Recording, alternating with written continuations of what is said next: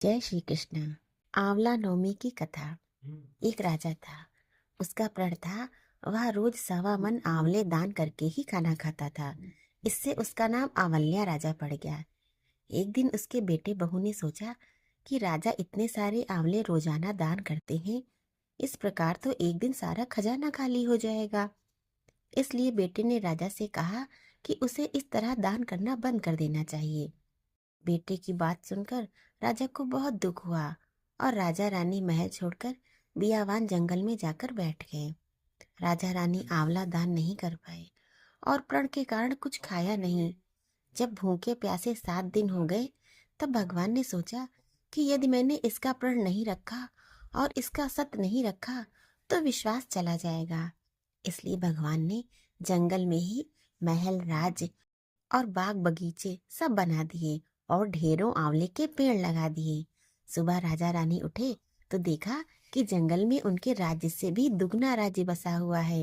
राजा रानी से कहने लगे, रानी, इसीलिए कहते हैं, सत मत छोड़े, सुरमा सत छोड़िया पत जाए, सत की छोड़ी लक्ष्मी फिर मिलेगी आए।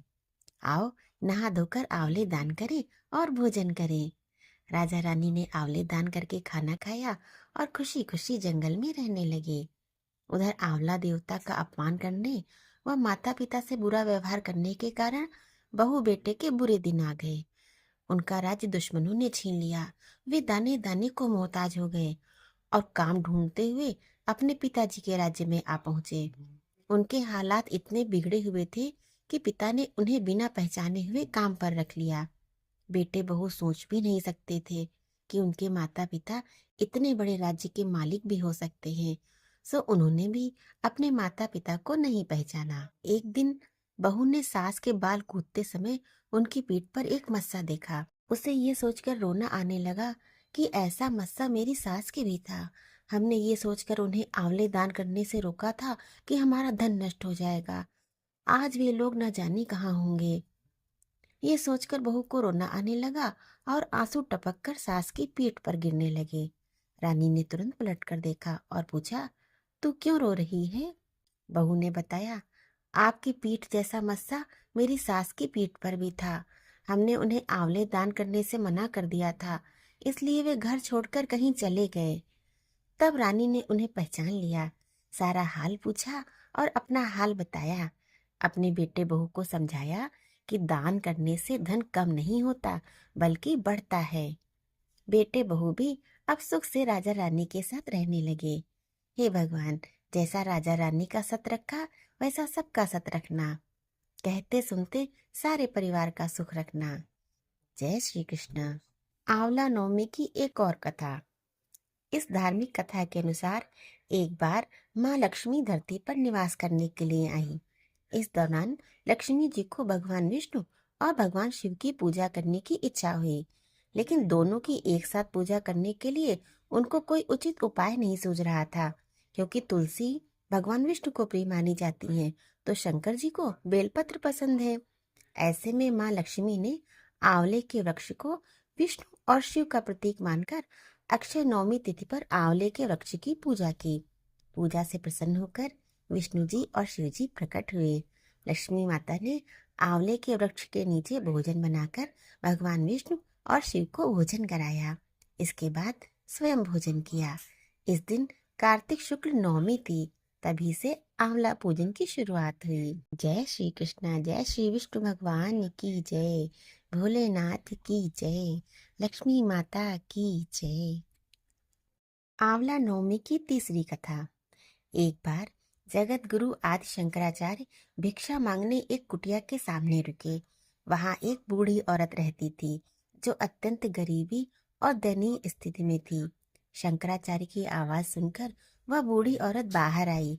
उसके हाथ में एक सूखा आंवला था।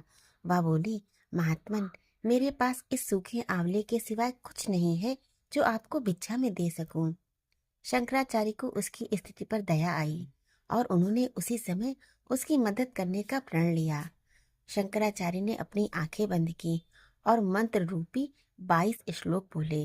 ये 22 श्लोक कनकधारा स्त्रोत के श्लोक थे। इससे प्रसन्न होकर माँ लक्ष्मी ने उन्हें दिव्य दर्शन दिए और कहा, शंकराचार्य, इस औरत ने अपने पूर्व जन्म में कोई भी वस्तु दान नहीं की थी।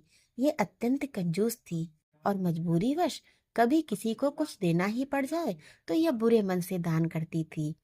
इसलिए इस जन्म में इसकी यह हालत हुई है। ये अपने कर्मों का फल भोग रही है, इसलिए मैं इसकी कोई सहायता नहीं कर सकती। शंकराचार्य ने देवी लक्ष्मी की बात सुनकर कहा, हे महालक्ष्मी, इसने पूर्व जन्म में अवश्य दान धर्म नहीं किया है, लेकिन इस जन्म में इसने पूर्ण श्रद्धा से मुझे यह सूखा आंवला भेंट किया है। इसके घर में कुछ नहीं होते हुए भी इसने यह मुझे सौंप दिया। इस समय इसके पास यही सबसे बड़ी पूंजी है। क्या इतना भेंट करना पर्याप्त नहीं है? शंकराचार्य की इस बात से देवी लक्ष्मी प्रसन्न हुई और उसी समय उन्होंने गरीब बुढ़िया की कुटिया में स्वर्ण के आंवलों की वर्षा कर दी। जैसे उस बुढ़िया के दिन बहुरे, वैसे कथा सुनने वाले सभी लोगों के दिन बहुरे। जय हो। आंवला नवमी की चौथी कथा। बहुत समय पहले एक सेठ था। वह हर साल आंवला नवमी के दिन ब्राह्मणों को आंवले के पेड़ के नीचे बैठाकर भोजन कराता था। इसके साथ ही सोना चांदी आदि भेंट में देता था। लेकिन ये सब चीजें सेठ के बेटों को बिल्कुल भी अच्छी नहीं लगती। ऐसे में वो अपने पिता से खूब झगड़ते थे। इन सब बातों से तंग आकर सेठ ने घर छोड़ दिया और दूसरे गांव में जाकर बस गया। इसके साथ ही जीवन यापन के लिए एक छोटी सी दुकान रख ली। उस दुकान के आगे एक आंवले का पेड़ लगाया। भगवान की कृपा इतनी हुई कि दुकान खूब चलने लगी। इसके साथ ही उसने अपने नियम को न तोड़ते हुए हर साल आंवला नवमी के दिन विधिवत पूजा करने के साथ ब्राह्मणों को भोजन कराकर दान देता था। वहीं दूसरी ओर सेठ के पुत्रों का व्यापार ठप हो गया। ऐसे में सेठ के बेटों को समझ आने लगा कि वो अपने पिता के भाग्य से ही खाते थे।